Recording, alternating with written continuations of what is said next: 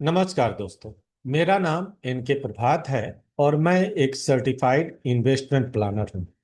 मैं हमेशा आपके लिए अलग अलग इन्वेस्टमेंट अपॉर्चुनिटी को एक्सप्लोर करके लाता हूं और बताता हूं कि उसको कैसे आप एनालाइज कर सकते हैं, कैसे रिव्यू कर सकते हैं, या अगर आप बिजनेस करना चाहें तो कैसे बिजनेस कर सकते हैं।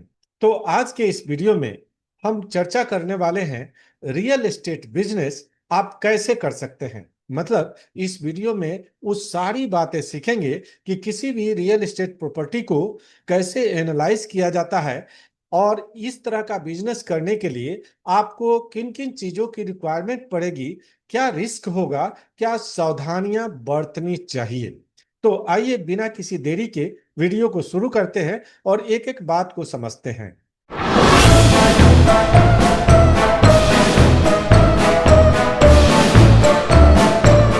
तो दोस्तों, सबसे पहले इस वीडियो में समझते हैं कि what is real estate. Real estate क्या है? तो अगर इसको डिफाइन करें तो real estate is a real property. फिर बात वहीं आकर के अटक गई कि real estate is a real property, लेकिन हिंदी का एक शब्द है जो बिल्कुल रियल एस्टेट को क्लियर कर देता है, वो है अचल संपत्ति। रियल एस्टेट का मतलब अचल संपत्ति। अब अचल संपत्ति क्या क्या हो सकता है? जैसे वो संपत्ति जो चल नहीं सकता। अब क्या क्या नहीं चल सकता? आपका जमीन कहीं नहीं चल सकता, आपका घर नहीं चल सकता, अगर जमीन में कोई पेड़ है तो वो नहीं चल सकता, तालाब है, पानी है, वो नहीं चल सकता, अगर आपके जमीन में पहाड़ हैं वो भी एक रियल एस्टेट है। अब मान लीजिए कि इस तरह का कोई पहाड़ या कोई नदी कहें कि रियल एस्टेट है, तो आपके किसी व्यक्ति विशेष का नहीं है तो देश का तो है, राज्य का तो है, वो राज्य का रियल एस्टेट है। अब आप कहेंगे कि सर कोयला तो निकलता है, वो तो अंदर जमीन से ही निकलता है, तो वो भी तो रियल एस्टेट हुआ। तो नहीं, कोयला एक कमोडिटी हो गया, जबकि वो जो खदान है वो एरिया रियल एस्टेट हुआ, है ना। तो इस रियल एस्टेट के बारीकी को समझिए कि जो इमूवेबल हो, मतलब जो चल नहीं सकता, वो रियल एस्टेट है। अब दोस्तों, एक बात यहां पर क्लियर कर दूं कि हर एक चीज को समझाने का मेरा अपना तरीका है। मैं अपने ढंग से समझाता हूं, कोशिश करता हूं कि आपका कोई भी नुक एंड कॉर्नर छूटे नहीं। मीनिंग हो या एक्सप्लेनेशन हो, सारा मेरा अपना तरीका है। लेकिन एक बात और बताना चाहूंगा कि अगर कोई बिजनेस आप सीखना चाहते हैं तो नॉर्मली लोग क्या कहते हैं? साधारणतया लोग ये कहते हैं कि उस सेक्टर में किसी बिजनेसमैन के साथ जुड़ जाओ, आप सीख लोगे। लेकिन मेरा मानना है कि ऐसा होता नहीं है। बिकॉज अगर आपको मैनेजमेंट सीखना होता तो किसी मैनेजर के पास चले जाते, फिर आईआईएम क्या करता। उसी तरह से अगर आप किसी रियल एस्टेट एजेंट या रियल एस्टेट कंपनी के साथ जा करके चाहते हैं कि बिजनेस सीख लें, तो ध्यान रखिए कि आप उसके लिए एक प्रोस्पेक्ट्स होंगे, इसके अलावा कुछ नहीं। जब आप उससे जुड़ते हैं तो आप उसके लिए एक उम्मीद है, एक बिजनेस है। आपसे उसको कितना फायदा होगा यही कैलकुलेट करेगा। और रियल एस्टेट एक ऐसा सेक्टर है जिसको मैं छेड़ा हूं आज, वो एक ऐसा वल्नरेबल सेक्टर है जिसमें हाई लेवल पर क्रिमिनल कॉन्स्पिरेसी, ठगी, धोखा, गलत प्रॉपर्टी, इन सारी चीजों का सामना आपको करना पड़ेगा। इसमें आए दिन सुनते होंगे कि रियल एस्टेट के कारण किसी का मर्डर हो गया, किसी के साथ बहुत बड़ा धोखा हो गया, किसी का फ्लैट किसी ने कब्जा कर लिया या जमीन किसी ने कब्जा कर लिया। सारी चीजें इस सेक्टर में होती हैं। तो अगर आप इस सेक्टर में बिजनेस करना चाहें तो आप कैसे इससे बच सकते हैं और इसको एक सेफ करियर के रूप में कैसे लेकर जा सकते हैं, इन सारी बातों को समझना बहुत जरूरी है।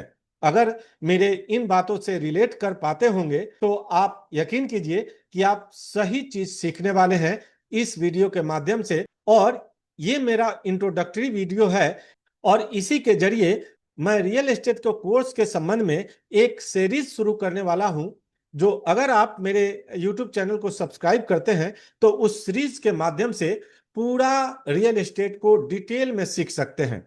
और मैं यहां पर फिर बता दूं, आप जब भी सीखेंगे तो किसी क्वालिफाइड इंस्ट्रक्टर या किसी टीचर से सीखिए, आपको ज्यादा नॉलेज होगा।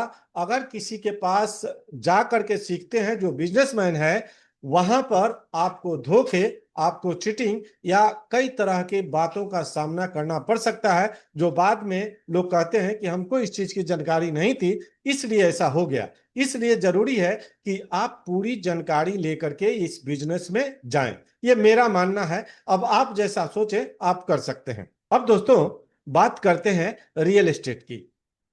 तो जब रियल एस्टेट को एक बिजनेस के रूप में, एक करियर के रूप में आप चुनना चाहेंगे तो किन बातों पर ध्यान देना होगा? सबसे पहले आपको समझना होगा कि क्या रियल एस्टेट एक रेगुलेटेड सेक्टर है, मतलब सरकार का कोई कंट्रोल है इस पर, कोई नियंत्रण है इस पर? तो मैं कहूंगा कि बिल्कुल है, बिल्कुल रेगुलेटेड सेक्टर है। 2016 में एक एक्ट पास हुआ, रेरा एक्ट 2016। रेरा के आने के बाद पूरी तरह से ये सेक्टर रेगुलेटेड हो गया। लेकिन अब दूसरा सवाल आता है कि क्या अनरेगुलेटेड है?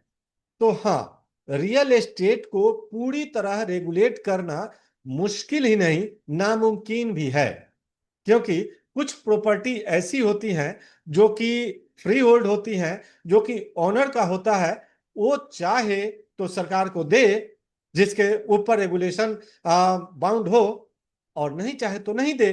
तो इस तरह की बहुत सारी प्रॉपर्टी पड़ी रहती हैं जो कि अनरेगुलेटेड होती हैं। तो ये रियल एस्टेट बिजनेस जो है, रेगुलेटेड सेक्टर में भी है और अनरेगुलेटेड सेक्टर में भी है। तो अगर आप बिजनेस करें तो कहां करना चाहेंगे, किस सेक्टर में आपको सेफ्टी मिलेगी? तो जाहिर सी बात है, जो रेगुलेटेड सेक्टर है वहां पर आपको ज्यादा सेफ्टी मिलेगी, और जो अनरेगुलेटेड सेक्टर है तो वो फिर तो अनरेगुलेटेड सेक्टर ही है। लेकिन यहां पर एक ऐसा बिजनेस है ये, जहां पर ह्यूमन इमोशंस बड़ी स्ट्रांगली इसमें इन्वॉल्व होते हैं। कोई भी आदमी जब एक लैंड या एक हाउस ओन करता है तो उसको एक स्वामित्व का एहसास होता है, मालिकाना एहसास होता है। और दुनिया में कहीं भी आप देख लीजिए, राजा वही होता है जिसके पास लैंड अधिक होता है। ठीक है, तो ये बात क्लियर है। इसीलिए तो अलग अलग तरह के कानून भी लाए गए, जिससे कि आपके लैंड को कब्जा किया जा सके, लैंड को रेगुलेट किया जा सके। ठीक है, तो ये सारी पूरी दुनिया में ये चलता है। लैंड एक सबसे बड़ा रियल एस्टेट का ऐसा प्रॉपर्टी है जो कि पूरी तरह से रेगुलेट करना मुश्किल है। इसलिए इस बिजनेस में थोड़े से रिस्क भी हैं, और अगर रेगुलेशन में जाते हैं तो रिस्क नहीं है। अब रेगुलेशन में कौन जा सकता है? तो सबसे पहले इस बिजनेस को चार भाग में बांटते हैं। सबसे पहला पार्ट है डेवलपर या बिल्डर। बिल्डर और डेवलपर ये ऐसे लोग होते हैं जो जमीन को एक्वायर करते हैं और उस पर कंस्ट्रक्शन करते हैं जिससे प्रोडक्ट बन सके। और इनका प्रोडक्ट क्या है? फ्लैट है या हाउस है? अब यहां पर आप कह सकते हैं सर, सबसे पहले तो जमींदार जिसके पास जमीन है वो हुआ मालिक।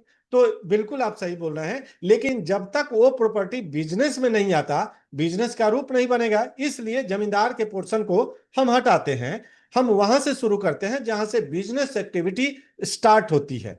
ठीक है, तो पहला पोर्शन है वो है डेवलपर या बिल्डर। अब एक पार्ट हो गया। दूसरा पार्ट, डेवलपर और बिल्डर के साथ ये समस्या होती है कि इस सेक्टर में बहुत ज्यादा पैसे की, बहुत ज्यादा संपत्ति की आवश्यकता होती है, जो कि अकेले बिल्डर या डेवलपर के पास नहीं होता। इसलिए इसमें दूसरा रोल आता है इन्वेस्टर का।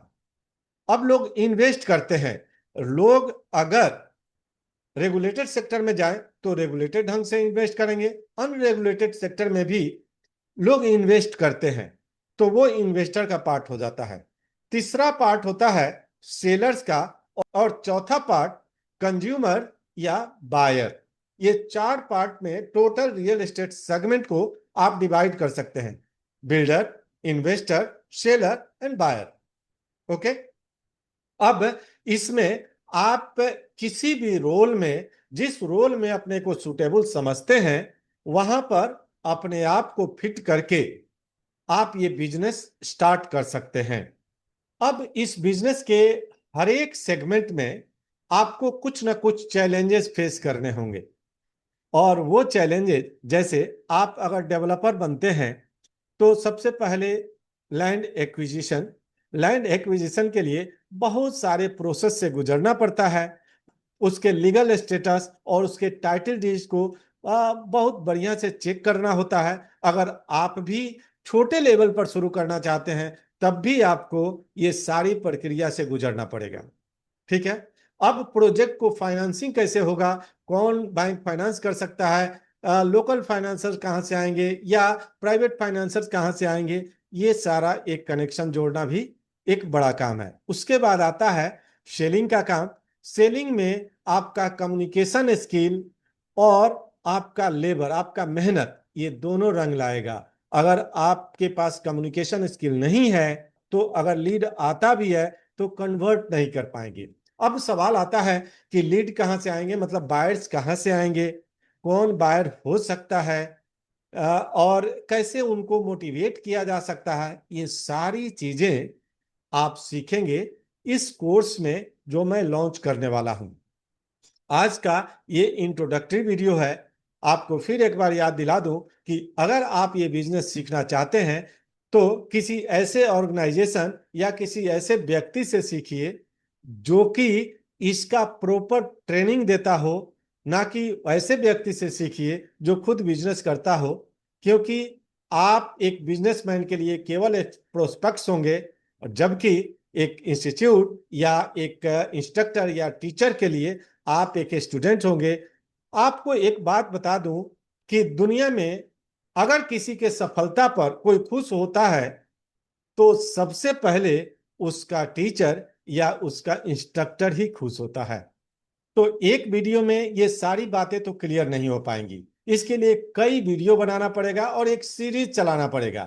तो इसके लिए मैं आपसे यही कहूंगा कि चैनल को सब्सक्राइब कर लीजिए और लोगों को शेयर भी कीजिए। अगर मेरे वीडियो से आपको कुछ नॉलेज मिलता है तो बहुत अच्छी बात है। ये नॉलेज दूसरों को भी मिलना चाहिए। ये वीडियो कैसा लगा कमेंट जरूर कीजिएगा, और अगला वीडियो किस बिंदु पर चाहिए, किस टॉपिक पर चाहिए, वो भी लिखिएगा, ताकि इस सीरीज को स्मूथली मैं चलाते रहूं, आपको प्रॉपर ट्रेनिंग दे सकूं। आज के लिए इतना ही, मिलते हैं अगले वीडियो में। तब तक के लिए मुझे दीजिए इजाजत। नमस्कार।